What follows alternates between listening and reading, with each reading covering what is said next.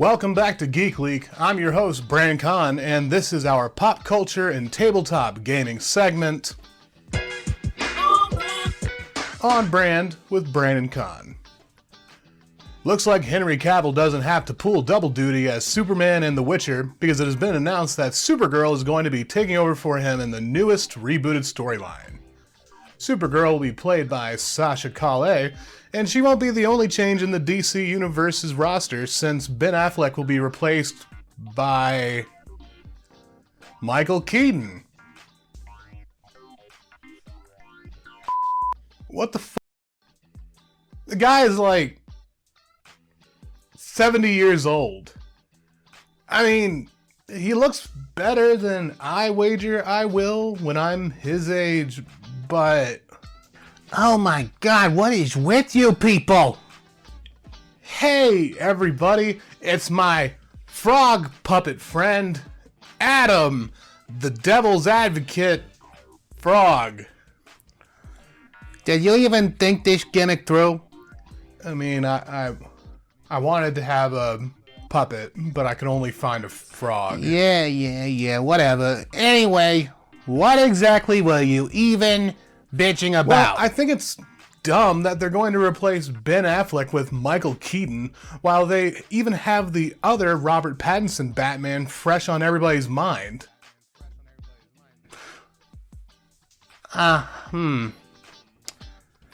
Did you like Robert Pattinson Batman? Well, he wasn't really bad, but... And did you like Ben Affleck Batman? No, not particularly.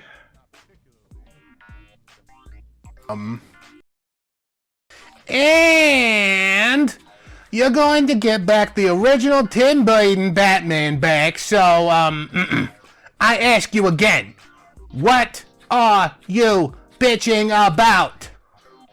I mean, I don't understand. You're right.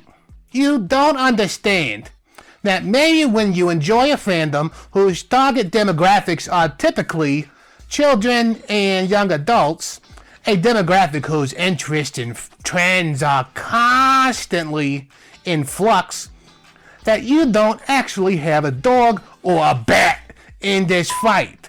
This shit ain't supposed to be made for you. And maybe that's why even when you're catered to by having the spotlight go back to an aging star to reprise his role as your childhood favorite superhero, that you're still not satisfied. It's going to probably be terrible. Oh yeah, no kidding.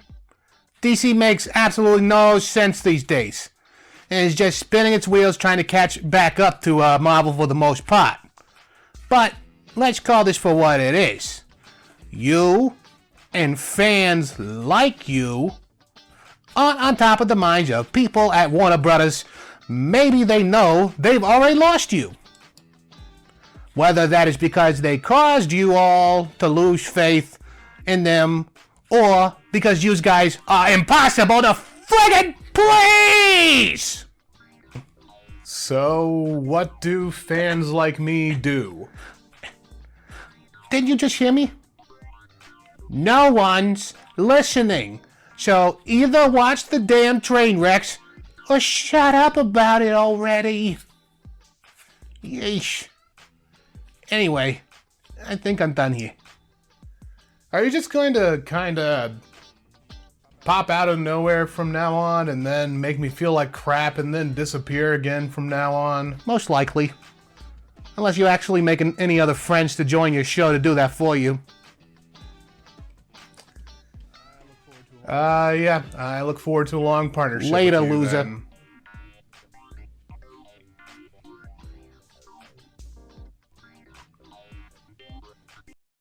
Yep, see you later. In other DC news, Funko Pops will be putting out new Pride-themed DC Funko Pops. The collection will contain Harley Quinn, Poison Ivy, and Tim Drake Robin. Funko will be working in conjunction with the It Gets Better project, who is dedicated to spreading the message of uplifting and empowering LGBTQ+ youth. And I normally despise these sorts of obvious appropriation and whoring out of the LGBTQ plus acronym for some fast rainbow cash, but from my research I've done, the It Gets Better project seems to actually be concentrated on actually helping. During a time where Florida has enacted the Don't Say Gay bill and 12 other states are proposing bills of their own, similar in scope, it's times like these that we really need to make sure the acronym kids don't lose hope. Not gonna lie, not terribly thrilled that 2 out of the 3 figures are villains, and let's be real, Tim Drake Robin isn't even a Robin most people would know without having to Google. I do actually support this endeavor though. I'm not going to shill for Funko because their designs are hideous and the market is oversaturated with them, but I, as a member of the acronym, do absolutely encourage any of you out there to donate what you can to the It Gets Better project and to fight back against the toxic legislation out there to suppress LGBTQ plus voices. In the world of Marvel, Doctor Strange's new movie Doctor Strange in the Multiverse of Madness Fate put tickets on sale April 6th and will be playing in theaters on May 6th. Marvel fans all over will finally be able to see the culmination of the what-if stories and Loki's narcissistic romp himself, which will make it almost worth having their friends who didn't watch the miniseries constantly ask, Wait, so who's that? When that happen?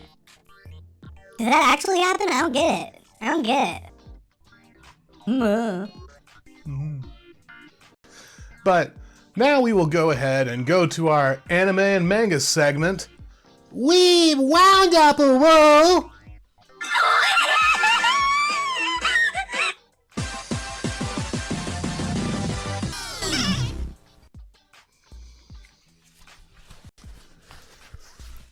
Yeah, alright. So, April 15th is considered National Anime Day. First coined in 1975, anime has since grown to worldwide acclaim. Its success is owed to amazing storytelling, artwork, and expansive series for most everyone to find their own community to bond over their favorite shows with. Within those communities, there are certain fans who spend immense amounts of money and effort doing what is called cosplaying. For those of you unfamiliar with what cosplaying is, it is when fans of a show or movie or manga do their best to make a costume to replicate their favorite character or an interpretation of their favorite character. It is very time consuming and the quality can vary depending on the level of skills and money a person may have put into making the costume. So for this segment, in honor of National Anime Day, we're going to talk about the most common types of cosplayers you'll typically see at the conventions. Starting with fan service, the sexy cosplay. Now, I would never criticize someone for being comfortable with their own body. Frankly, I hate walking around with the one that I've got, but hey, shitty self-esteem's to blame for that. But anyway, honestly, there aren't a tremendous amount of female characters that aren't overly sexualized with, the concept of fan service in anime. But yes, you'll see occasionally scantily clad women and sexy cosplay driving the thirst levels off the chart in an already thirsty atmosphere of nerd desperation. And then you have the exact opposite, the anti-sexy cosplay. These are oftentimes fat, hairy guys. Yes, this is the pot calling the kettle black here, dressing up in schoolgirl outfits and or traditionally sexualized female characters. Yes, going up escalators, it has never been riskier to avert your gaze upward. Also, kind of a dick move in conventions where deodorant seems outlawed to wear an outfit that airs out your sweaty balls to the general population. It's something to consider. I mean, I love a good, visual gag as much as the next guy, but them balls be reeking sometimes, just saying. But then you have what I like to call the allergic to shirts cosplayers, which are the guys who obviously live at the gym for the sole purpose of being able to look appealing with their shirt off constantly at these conventions. These guys I like to refer to as the fire starters, because they're definitely fire hazards. Although ordinarily impressive, these are the cosplayers whose outfits are obnoxious to try and get around, constantly bump into you, and they'll have several people waiting in line to take a picture with them, and they'll just set up shop in the middle of the display floor, and in the event of a fire, will probably block an exit and seal your doom. And then, there's no other way to say it. It's just the terrible cosplays. We're talking about the ones that either purposefully or in earnest attempt are just train wrecks that you both hate to see but can't tear your eyes away from. They're usually already falling apart at the convention, showing that even the costume itself hates existing. You'll also see the morph suits where you can see clearly whether or not someone's Jewish by I'm taking a look at that, or you see, a moose knuckle or two. And sometimes the cringe is amplified when they only want to stay in character the whole time. However, if they're not hurting anyone and are just trying to live their own lives, leave them alone. The picture that I have posted right there, that's a picture of my crappy Smoke from Mortal Kombat costume. I've already alluded to it before. I recognize it looks like shit. I'm willing to laugh about it. But unless the person is cool with you taking a picture of them, don't make it a point to put them on blast for just trying to enjoy a hobby. That's what I'll say about that. And if you are at a convention you spent money on a ticket for, most likely will spend hundreds of dollars on merch and are piled into a single stanky overpriced hotel room to be at this thing, then save the judgment. Oh, and unless someone gives you consent to do so, don't touch anyone at a convention. They're hobbyists, not strippers. And this stuff does actually cost a good bit of money, so keep your dick beaters away from them, alright? Keep your hands to yourself. And if you can, try to find out the cosplayer's social media handle to give them a shout out if you go to post them online. Now we go to our tech and gaming segment. Connection. Apparently Xbox isn't going to be putting out a new console soon, but rather an upgrade that will simply have new hardware within the new upgraded consoles. This will be the first upgrade since 2019, and frankly, I recommend folks just upgrade their consoles to PCs if it's going to become a trend like buying a new smartphone every 1 or 2 years. It's rumored to be released sometime this year, but due to COVID and the chip shortage, maybe a bit longer. Speaking of upgrades that no one asked for, check this out!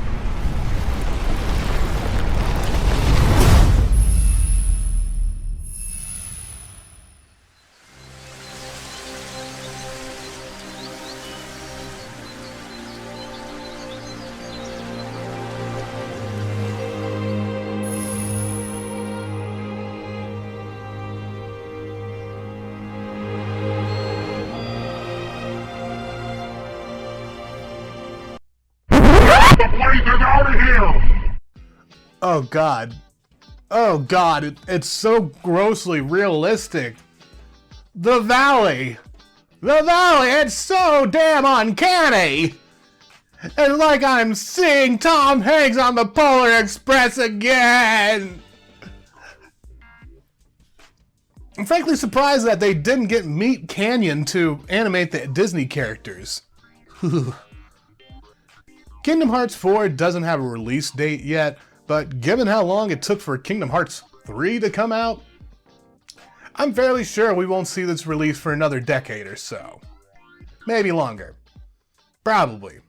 Depends on how many more properties Disney buys up between now and then. Or Sony. But we're now actually going to do a follow-up of a story we covered previously regarding harassment in the indie game scene. You all may remember this acrid cum crust, Robin Hunicki, and how she had managed to make the indie gaming studio she co-founded, Phenomena, into a toxic crap hole. Well, looks like thanks to her, several people will be out of jobs since the studio will be closing its doors soon enough. Having already laid off their contractors, a representative of People Make Games named Chris Bratt announced that they will be closing Phenomena Studio towards the end of the month. Once again, those at the bottom get screwed over by the petty and repugnant actions of those at the top. But not much you can really say about it. I've already kind of like ranted about this a good bit before, about how we need to bring more unions into this and how it's deeply unfortunate that these people will have their, career in making games utterly disrupted just because someone didn't know how to behave like a decent human being. And it's a shame that this is the closest thing to justice that will probably be seen in this scenario. And it's times like these that we all gotta remember that the road to your dreams isn't always the easiest one. It isn't always the cleanest one either. So I genuinely hope to all those out there at Phenomena Studio that have had their lives shaken up by this and are being laid off and are looking for new positions. I'm told that I think Heart Machine was the name of one studio picking them up and offering them new work. For those other ones, I hope you don't give up. I hope you keep genuinely working at the career and passion that you love. And that finally people will start taking notice of how they lead and know the difference between being a leader and being a boss. But for now, that's it for this week of Geek Leak. Be sure to like and subscribe to us across our different platforms. I'm Brandon Conn, and your soul is mine. Geek out.